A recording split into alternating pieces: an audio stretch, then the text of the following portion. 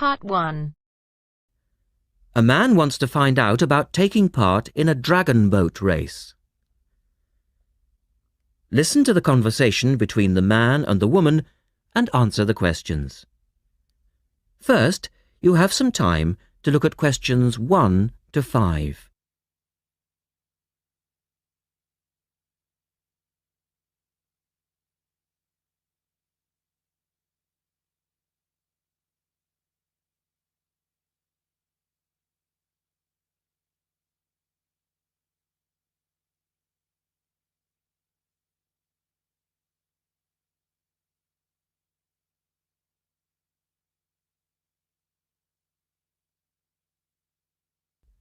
Now we shall begin.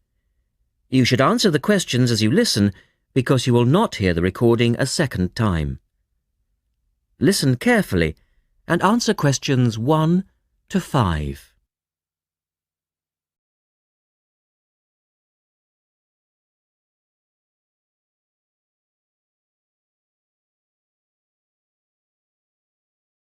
Scope Charity Office. How can I help you?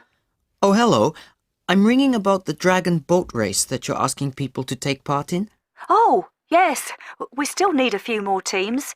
Are you interested in joining the race? Yes, we want to enter a team, but we don't know anything about it. Could I ask you for some more information first? Of course. I don't even know when it's being held.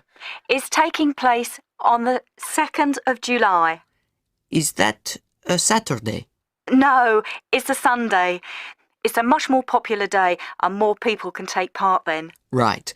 And where's it being held? At the Brighton Marina. Oh, I'm an overseas student. Could you spell that for me? Yes, it's Brighton Marina. That's Marina. Do you know where it is? I'm not sure. It's a couple of miles past the Palace Pier. Oh, yes, I know it. You take a right turning off the coast road, or you can cycle along the seafront. That's good. What time does the race start? Well, the first heats begin at 10 a.m, but you need to register half an hour before that, at 9:30, and we really recommend that you aim to be there by 9. It's a good idea to arrange a meeting place for your team. Right. And the race is to help raise money for charity? It is. We're asking every team member to try and raise £35 by getting friends and or relatives to sponsor them. Every crew member will receive a free tournament T-shirt if your team manages to raise £1,000 or more. Oh, that's quite good. Also, we're holding a raffle. Every crew member who takes part in the race this season will be entered into a free prize draw. Oh, what's the prize? It's pretty good. It's a holiday in Hong Kong. Sounds great. The man asks for more information. Look at questions 6 to 10.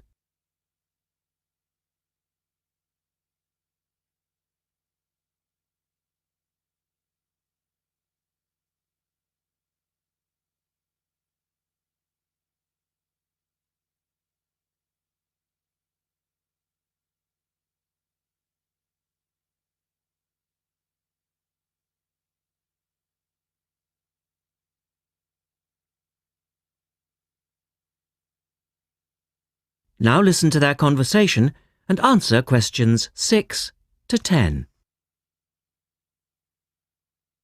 Is there anything else you need to know? Could you just tell me a little bit more about the teams? Well, you need to have a crew of 20 people for your dragon boat, and you then need to agree on who's going to be the team captain. That will probably be you. Fine. I've got a group of 20 people who are interested. Do all the team members have to be a certain age? Well, there's no age limit as such, but if you have a team member who's under 18, then they have to get their parents' permission to take part. Yes, that makes sense. It isn't dangerous, but we do have boats that turn over in the water, and for that reason we need to insist that everyone wears a life jacket as well. and you can hire life jackets from us when your team arrives. What do you advise people to wear? Well, most people wear a t-shirt, shorts and trainers. I certainly wouldn't recommend that you wear jeans or boots. In fact, it's a very good idea to bring some spare clothes. Okay. It can get quite cold and wet if the weather's bad, and there's quite a bit of hanging around, especially if you qualify for the semi-finals or the final. I see what you mean. Have you got a name for your team? Oh, not yet, no. Well, you need to decide on one and then put it on the entrance form, which I'll send you. Oh, okay. So, if you'd like to give me your address, I'll be happy to send details first class.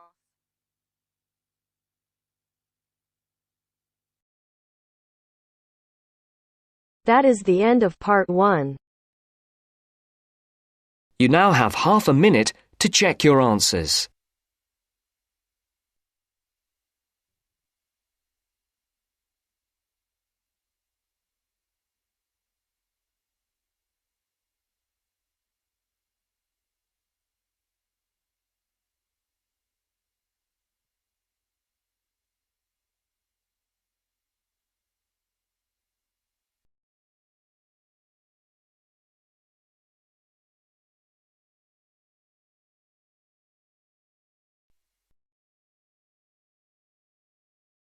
Now turns to part 2.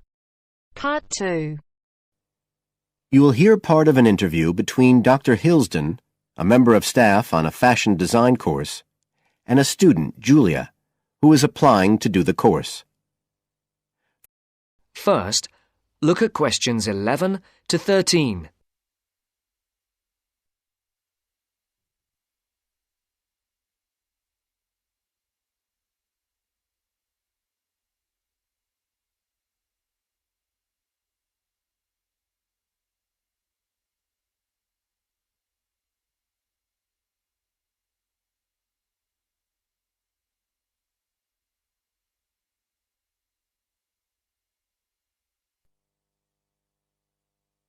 Right, Julia. So, from your CV and portfolio, and what you've already told me, you seem to be very much the sort of person we're looking for on the postgraduate course. So tell me, you finished your fashion design course in London 4 years ago. Did you think of carrying straight on and doing a higher degree at the time? Yes, but there were financial pressures. So I ended up working in the retail industry, as you can see from my CV. And actually, it was a very useful experience. In what way? Well, I was lucky to get the job with Fashion Now. They're a big store. And one of my priorities was to get as much experience as possible in different areas. So that was good because I had the chance to work in lots of different departments. And having direct contact with the customers meant I was able to see how they reacted to innovation, to new fashion ideas. Because with Fashion Now, a designer might show something in New York or Milan, and there'll be something similar in the shop within weeks. So that was probably the most useful thing for me. Right. And so what's made you decide to do a postgraduate course now? Well, while I enjoyed working at Fashion Now, and I learned a lot there, I felt, well, the way forward would have been to develop my managerial skills, rather than my skills in fashion design, and I'm not sure that's what I want to do. Yes. When I was doing my degree in London, I'd been interested in women's wear, but I know that there's been a lot of work done in areas like new fabric construction. And though I'm not intending to go too deeply into the technology, I'd be very interested in looking at how new fabrics could be used in children's wear. So I'd like the chance to pursue that line. Yes, good.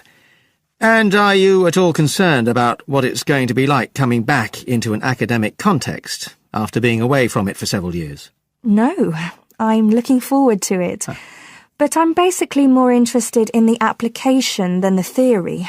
Or at least that's what I've found so far, and I'm hoping the course will give me the contacts and skills I need eventually to set up my own enterprise. I'm particularly interested by the overseas links that the department has. Yes, many of our students look overseas or to international companies for sponsorship of their projects. Before the talk continues, look at questions 14 to 20.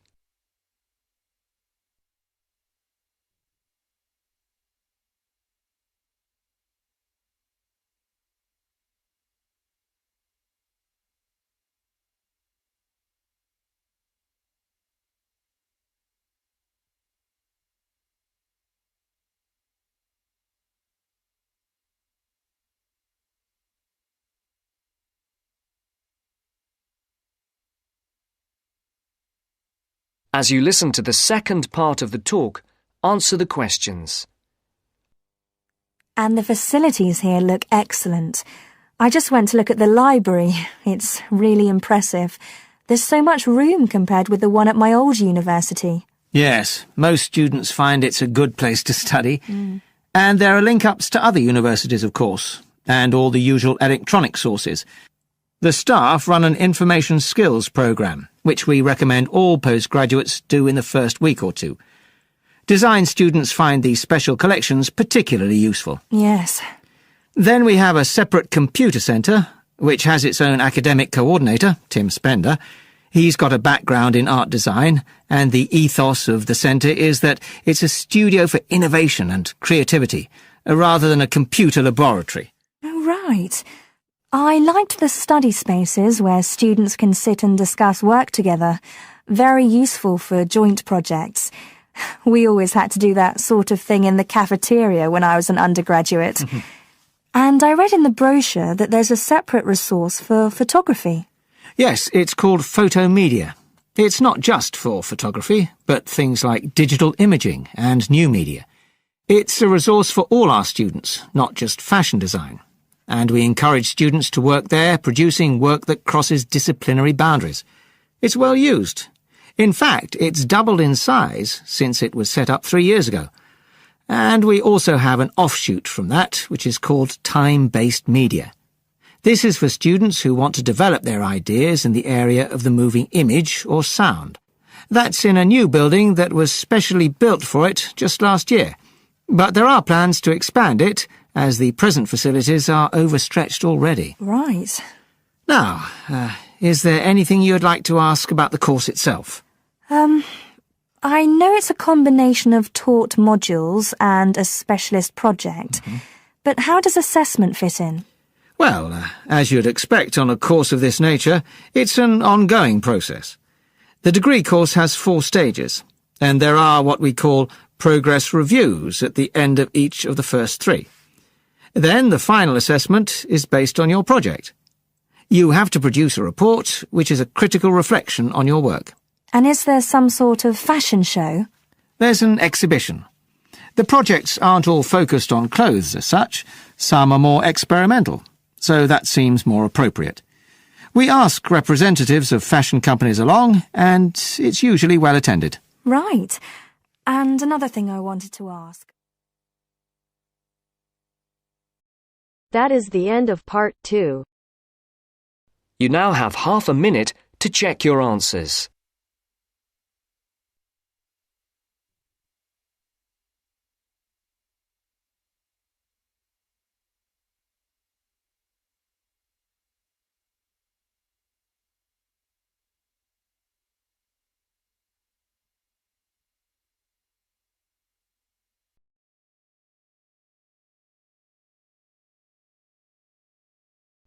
Now turns to part 3. Part 3. You are going to hear a conversation between a moderator and 2 students. First, you have some time to look at questions 21 to 25.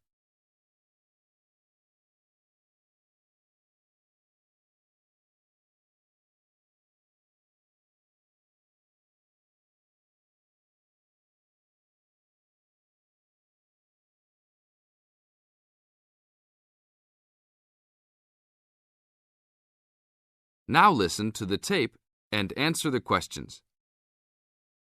Today we will hear 2 views of the book Fast Food Nation, The Dark Side of the All-American Meal by Eric Schlosser. Many have deemed this a fascinating socio-cultural report that explains how the development of fast food restaurants has led to the standardization of American culture, widespread obesity, urban sprawl and more. Well, I think that Schlosser's book promises a lot but delivers less than a highly hyped fast food meal. The book is not well written, and it lacks organization as it skips around in its telling of fast food horror stories. And then he spends a great deal of time on Walt Disney and bashing Disneyland. Why is that in a book about fast food? Bashing is the best word for this book. According to this book, Schlosser clearly believes that the fast food industry is responsible for every problem in America today, from the common cold to inflation to malls to unruly kids to warts. He blames it all on big business and especially the big food business. The book is written in a breathless, alarming motive that makes it sound like McDonald's and Disney are co-conspirators to take over the world and force every living child to eat greasy French fries. Give me a break. Schlosser is also very biased for the left, praising unions while ripping right-wing values and Republicans. Nixon seems to get special attention. Just having your picture made with him gets sinister prose and makes you a co-conspirator. Despite claims of research, there are numerous blatant assertions such as parents in the 80s spent more money on their children because they felt guilty about not spending time with them. How does he know that? Is all consumer spending on kids really driven by guilt? The book is a farce. Save your money to buy a Big Mac and read something else. Only read this ridiculous book if you are an anti-Republican, anti-big business, there are evil forces everywhere subverting the world fan. Thank you, William.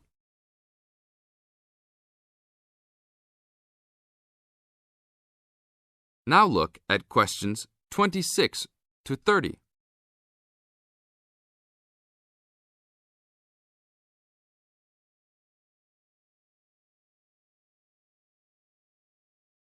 As the talk continues, answer questions 26 to 30.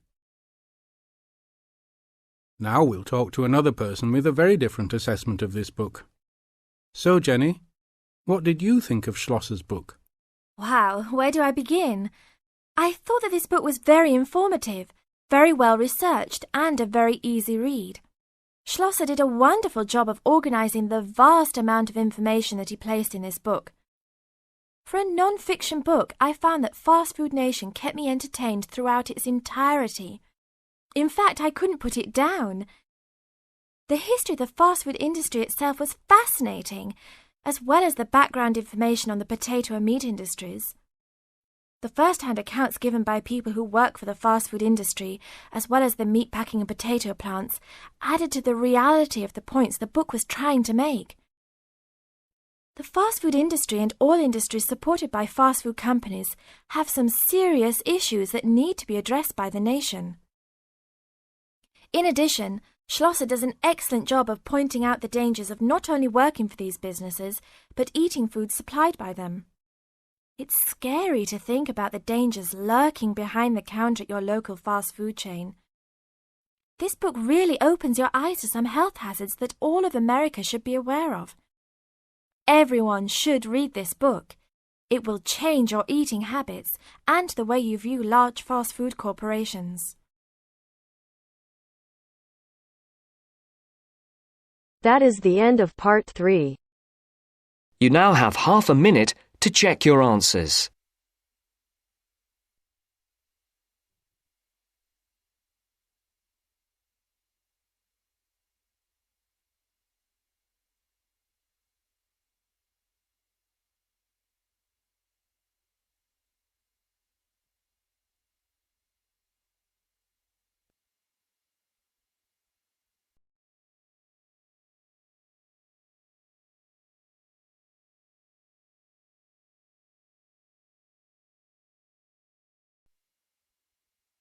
Now turns to part 4.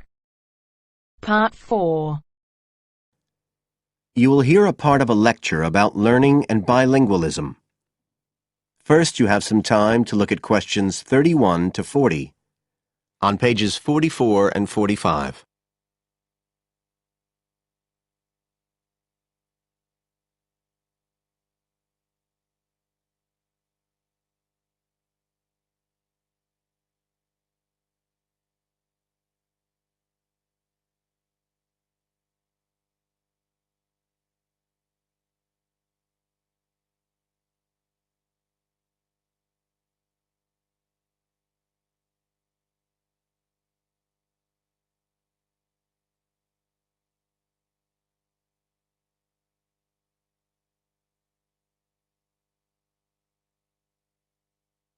Now listen carefully and answer questions 31 to 40.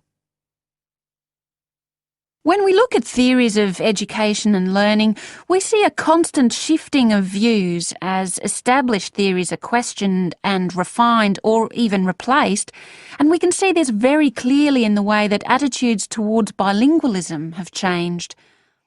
Let's start with a definition of bilingualism, and for our purposes today, we can say it's the ability to communicate with the same degree of proficiency in at least two languages.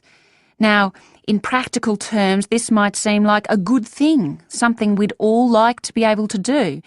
However, early research done with children in the USA in fact suggested that being bilingual interfered in some way with learning and with the development of their mental processes. And so in those days, bilingualism was regarded as something to be avoided, and parents were encouraged to bring their children up as monolingual, just speaking one language. But this research, which took place in the early part of the 20th century, is now regarded as unsound for various reasons, mainly because it didn't take into account other factors such as the children's social and economic backgrounds. Now, in our last lecture, we were looking at some of the research that's been done into the way children learn, into their cognitive development, and in fact we believe now that the relationship between bilingualism and cognitive development is actually a positive one.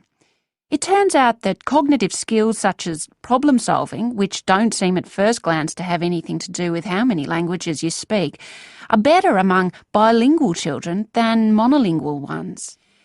And quite recently, there's been some very interesting work done by Ellen Bialystok at York University in Canada. She's been doing various studies on the effects of bilingualism, and her findings provide some evidence that they might apply to adults as well. They're not just restricted to children.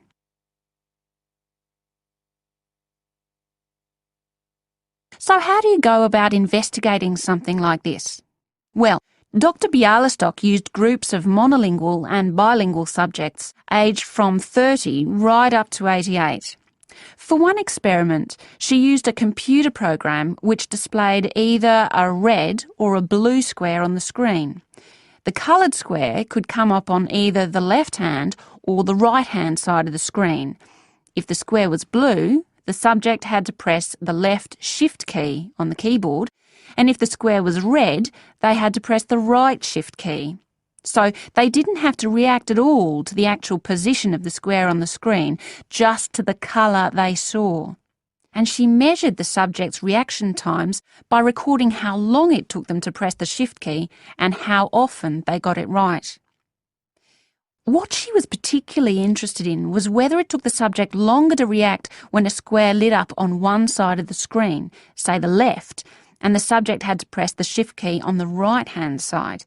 She'd expected that it would take more processing time than if a square lit up on the left and the candidates had to press a left key. This was because of a phenomenon known as the Simon effect, where basically the brain gets a bit confused because of conflicting demands being made on it. In this case, seeing something on the right and having to react on the left. And this causes a person's reaction times to slow down. The results of the experiment showed that the bilingual subjects responded more quickly than the monolingual ones. That was true both when the squares were on the correct side of the screen, so to speak, and even more so when they were not. So bilingual people were better able to deal with the Simon effect than the monolingual ones. So what's the explanation for this? Well, the result of the experiment suggests that bilingual people are better at ignoring information which is irrelevant to the task in hand and just concentrating on what's important.